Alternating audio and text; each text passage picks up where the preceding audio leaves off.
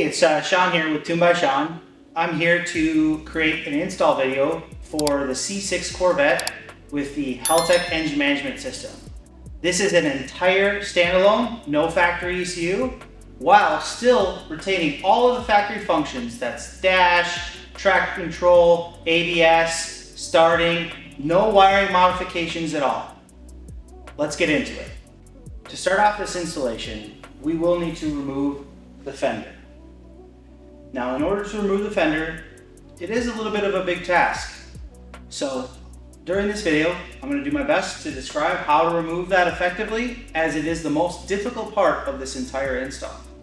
Step one is to safely lift the car up and remove the wheel. Let's get that done.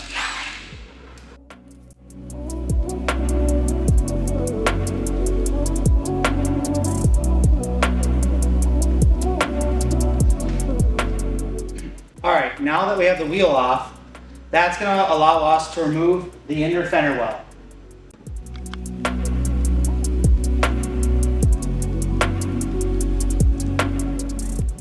So all of the fasteners that secure the fender, I should say majority of them, are a T15 Torx bit, and then I'm just going to use a standard fender washer puller for each of the plastic fasteners that are on this. As you can see, we have both of the inner fender wells out. They're relatively very easy to remove. There's a combination of 10mm and 7mm sockets, or standard sockets of the equivalency. And now we've also removed the top fender bolts, and I wanted to show you that underneath this one, it's just rubber. It's very easily pushed back. There is one right here. So there is one particular fender bolt that's hard to get to. You need to remove two of the bolts that hold the front bumper. And then, as you'll see, this pops up and the bolt is right underneath there. As you can see here, we've got the fender off now. I did put some tape on the headlight just in case, as I didn't want to scratch it at all. But based on how I was taking it off, that actually slid right off really easily. So not necessarily needed. Next up, we're going to take out the factory ECU. First off, to take the factory ECU out, we need to unlock these connectors. And then they simply just press back and pop off. Press back, pop off. Then we take a 10mm socket and we take the two bolts holding ECU out. This is going to give us full access to the bracket.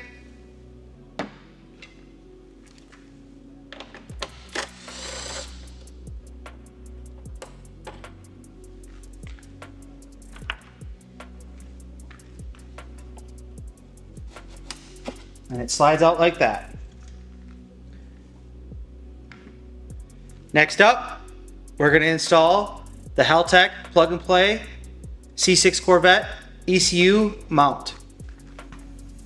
Next up, we're going to install the C6 Corvette 3D printed Haltech ECU mount. Big thanks to Kyle Larkin for printing this out for us. It is still a little bit of a prototype, but with these modifications, everything fits behind here, and you'll see how it goes.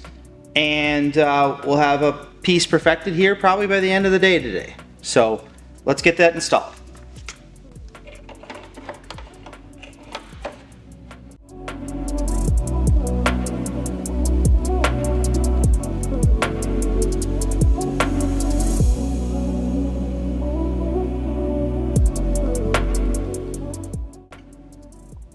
Worth noting that if your car is a non-Z car, this is significantly easier. With the Z car, obviously, it has a dry sump tank, which does make getting to the holes a little bit more difficult. But as you can see, we are progressing along here and getting everything mounted in.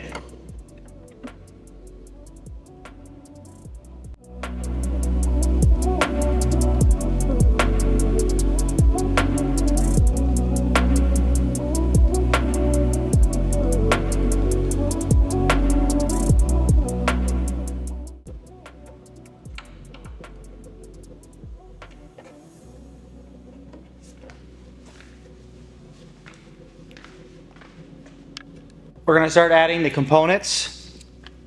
I'm going to start off with the ECU. For this particular car, it's going to be ECU, Minton Performance's CAN box, WB1, so that we have 2 widebands. This slot is going to be for a CAN hub. This particular car isn't going to require the CAN hub, but if you're going to have a keypad, or if you're going to have an IC7 dash or other auxiliary items, that's what this slot is for. Let's get this added on there.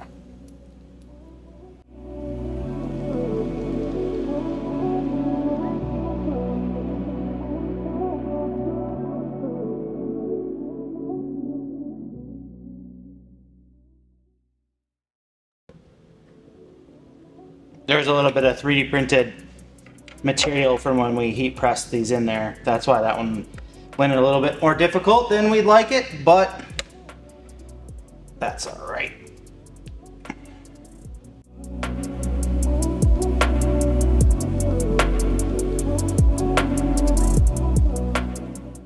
Next up, we're gonna get Minton's CAN box on there.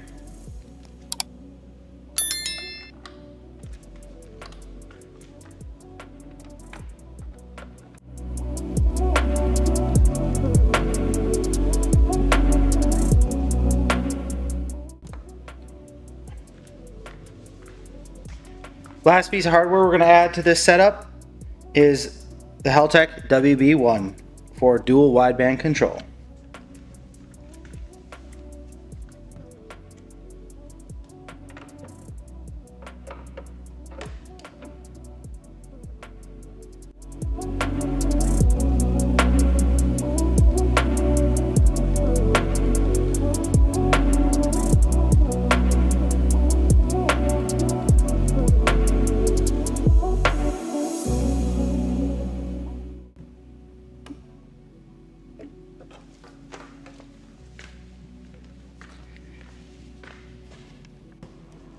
Next up is installing the jumper harness.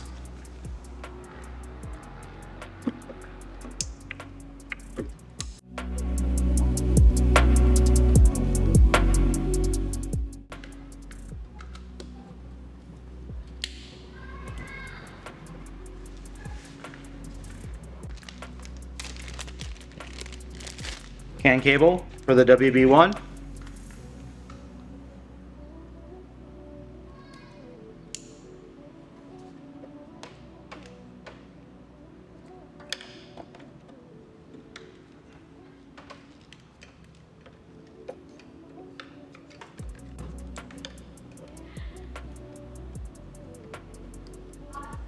Secure this up however way you want. Get some zip ties here soon.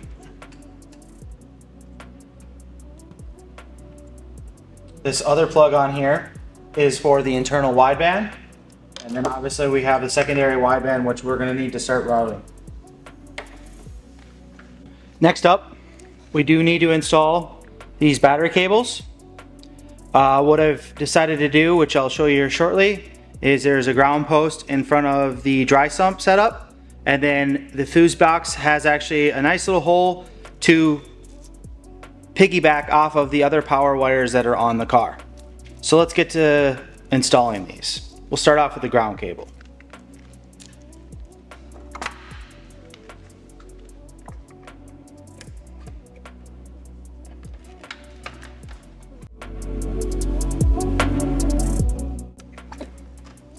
It's easily reachable through here.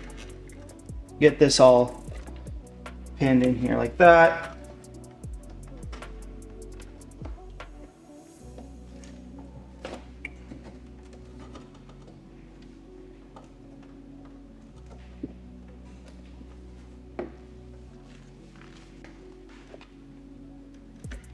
Power cable is going to go right here. Without saying more, obviously when you go to take off the battery cables, make sure your battery is disconnected.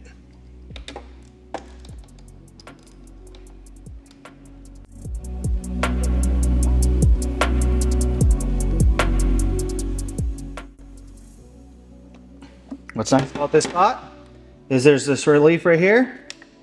Everything closes just like factory. Alright, to show you the ground cable is a little bit more difficult. So here's the fuse box right here. And down here, all the way down here, is the ground cable position. You can see the bolt right there. Let's get that hooked up. Next up, we need to get the wideband sensors in. This does replace the factory wideband sensors, as the Haltech does not have the way to control the factory O2s. So that's why we sell with the kit the dual wideband setup. So we'll be running these cables. It's very plug and play. They plug right in. Got one for there. And then we have one with the internal wideband on the ECU. Let's get to routing these. So now we have the battery cables and the widebands connected, one for each bank. In reality, we can start the car. This particular car, I'm going to be adding a fuel pressure sensor and a flex fuel sensor separately to this video. We will go over on the website how to install the aftermarket sensors to this jumper harness. Okay, so now we have the USB hooked up and we need to load the base map.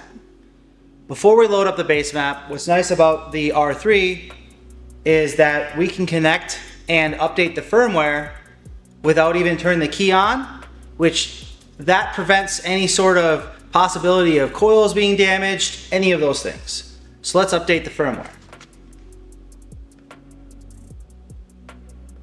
Right here at the top, it's usually in green. The one to the right could be green, that means you have to update your software.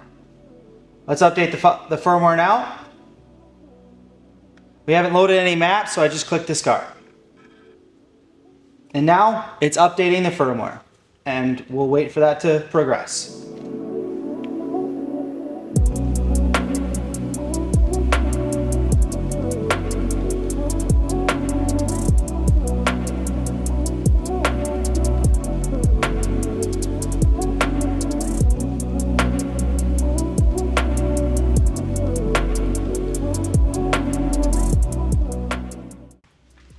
Okay, now the firmware is fully updated. We can now load the base map. It is always smart to double check the wiring settings on the base map, as we do make revisions over time, and we will do our best to update the base map too, but it's always good to check the wiring diagram as well. All right, we're gonna be loading the base map now, which is pretty simple. You just go to File, Import Upload. We'll have to go to our file structure here.